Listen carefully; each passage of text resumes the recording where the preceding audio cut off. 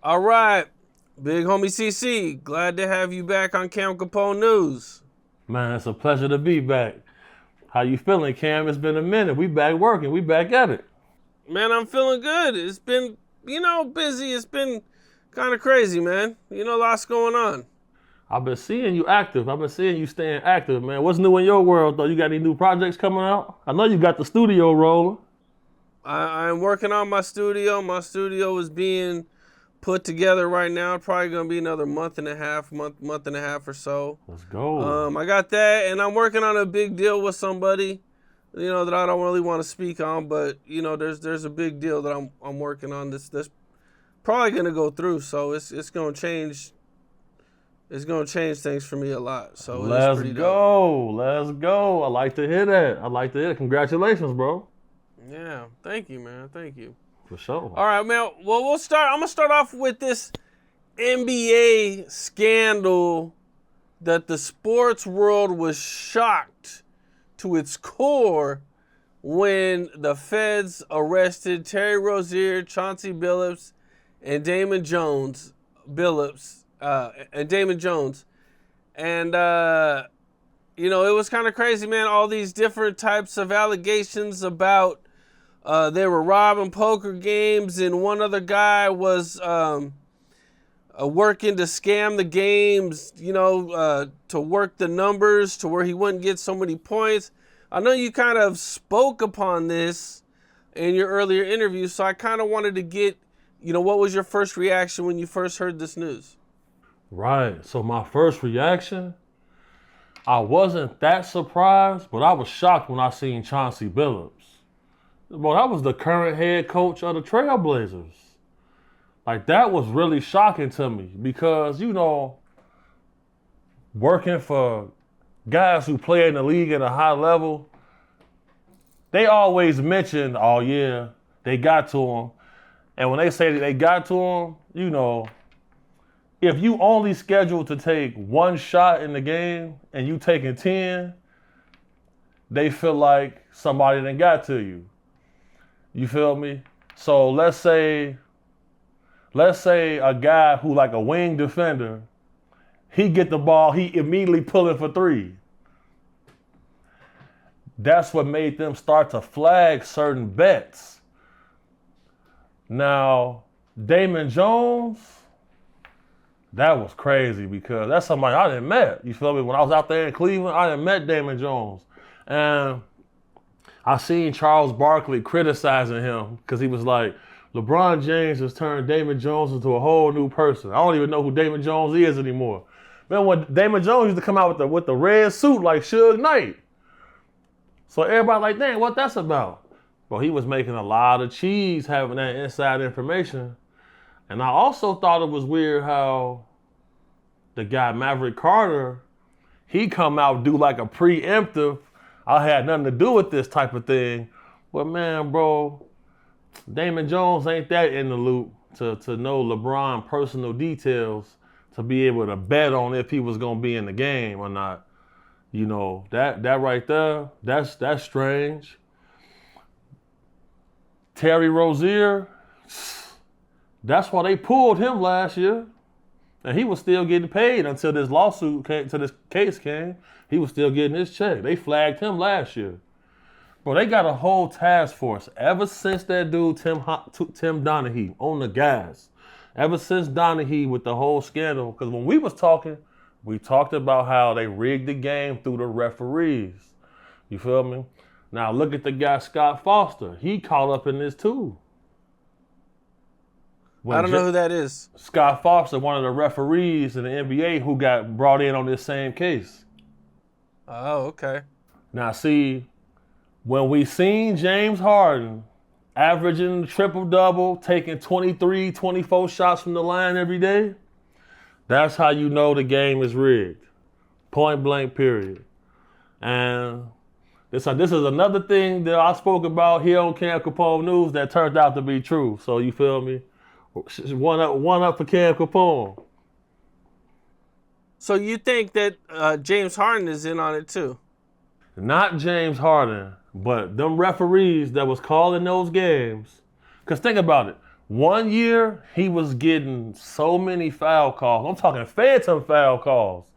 He's not even really getting touched. Then the very next year, he couldn't get a foul call. Everybody was like, man, James went from being MVP caliber, and then he couldn't even get a call to go to the line. That means, like we talked about here, when they investigating you, they send out that letter. They knew the investigation was going on for sure. Didn't they just reach out to the Lakers wanting some information? That they wanted some people, some of the trainers who handled LeBron. They want some of their phones now. Right, they wanted their phones. Now, let me ask you this. Do you think that that's just being over greedy? That you gambling on them and you already got $1 million contract? Man, over greedy? Man, I would describe it as just stupid. For sure. Like, Stupid man. Stupid man with the stupid plan. With the stupid plan, bro. Like, any of these guys that are doing side bets, risking millions and millions of dollars that they're making in the NBA, bro. You got to be like that's like ultra greedy. Like, I just can't imagine risking $20,000 to make an extra $200,000. Like, it's just, I don't know. Maybe I'm just too logical or something. I don't know. It just. You say you're too logical? So look, let's look up Rozier's contract.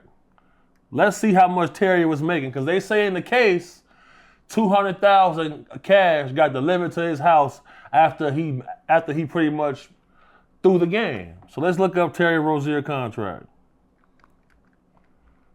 Oh man.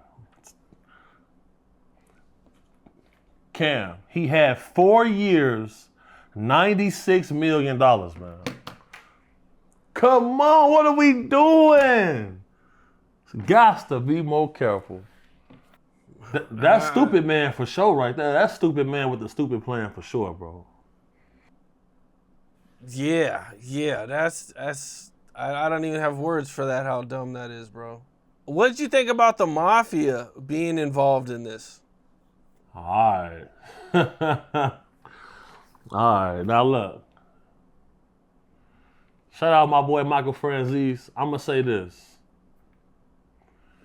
When it was my time to be around athletes that was gambling, a lot of times they would ask me, yo, Killer, what you think about this? I know if they asking me, they only asking because they know my job is to keep their face from being on the news, on ESPN, from getting suspended and all of that type of stuff. I would always tell them, no dice games, no private games at anybody's house. If you have to gamble, go to the casino. That's what I would always say, because I done been with athletes at them houses in Beverly Hills, or I done been in certain locations where, why everybody got these shades on? And it's like, damn, like, you don't never win when you go play at these games? And then, you see the same few faces. I always felt that nothing really good comes from like underhand gambling, because whoever is setting up the game, everybody knows at the casino, the house always wins. For the most part, the house is going to win. You're not going to beat the house. These boys had hidden cameras and custom built tables. With x-rays. With x-ray glasses, so they could, that's more than counting cards. That's completely rigging the game. Well, I think they had x-ray tables where they could see the cards from the bottom and shit. And then at these type of situations, these would be when everybody got to put their firearms in the box, or you can't bring no guns in here, or no phones allowed. And it's just like, well, if we can't have, them mob guys don't ever want you to have the ups on them, bro. Like, I'll say that for sure. Like, because they'll look like a normal dude, like a normal white dude, but they not normal at all, bro. They not normal at all. And I understand why we don't see their faces being shown like that. Because, bro, some of them dudes, you can't even find no photo of them. Some of them you just can't. Like, that's part of, living it, being what they call it the life. That's real facts. Because I was in a situation working for this dude named Anthony Toletano. He used to let me drive. He had a Lincoln. He used to call it the Big Linguini. I used to drive his Lincoln around. And one day at this restaurant that he owned, I'm standing in the valet. No words were said. I guess somebody recognized somebody. And another dude come out and just start cutting the man's face. I'm looking like, damn. They cutting his face. They rolled him. You feel me? And nobody ever said a word to me. They never told me who he was, what happened. And I told Michael Franzese this story. And when they asked me, yeah, so what happened out there? I said, I don't know what happened. I wasn't even out there. He was like, smart kid. And they left it at that. Damn, okay. Facts. That's why I don't even I see certain last names I know with certain families, guys operating with. I'm not even finna take that gig at this stage, bro. It's too late in the game for me. They play a lot different, Cam. A lot different. Yeah, for sure. Now, when you were at some of these games, did you have a clue that they were scams and they were being set up? Or what was your general thought on being there? Well, I seen one athlete I was with and a boxer get took for over 200K, hella fast. And I mentioned to one of them, I say, bro, how is it that you didn't win no money? He was like, man, this happen all the time. I say, bro, in blackjack, you didn't win not once? One hand I thought was just real strange, you feel me? Because, the ace can be a 1 or 11. And my client said he was going to hold. The person playing against him said, oh, you think you got blackjack? Like, how would you know that, man? How would you know that? He shouldn't have been able to know that. But I always tell guys, if you want to gamble, bro, go to the casino. Because I was with Hustle Cartel and Bob the Goat. I'm with them at a dice game. Pistol start coming out, you feel me? Because I'm the security. It ain't a staff of people, all these cameras. We in a hotel room, a penthouse. And I'm seeing young dudes coming in with Cubans that if they was real, there ain't no way they bought them. I know they had to have took them. If you are gonna gamble at a casino, man. That's all I'm gonna say to all of the guys coming up, all of the new athletes, the entertainers. We seen what happened cause bro, that's how some of them guys down there in Texas was getting their money. How Jay Prince and them, that's how Jay Prince Jr., that's how he was getting his money, rigging the games. You not gonna host a dice game if you ain't rigged the game. That's where they say the whole takeoff situation came from. That it was some rigged dice and stuff. So look, they take the dice, they drill a magnet into the opposite side of the number they want to keep facing up. They drill a small magnet into the hole, pause. They drill a small magnet into the dice. and then they reseal it and they get it repainted. So every time you slide it, it's gonna pop up to the opposite side of that magnet. I've seen these things because at a certain time in our life, you know, people had to get their belongings relieved from them because they owe certain people debts. And, you know, my job, you know, sometimes I had to be a debt collector and things like that. So I know how they rig the dice. So if I see certain things,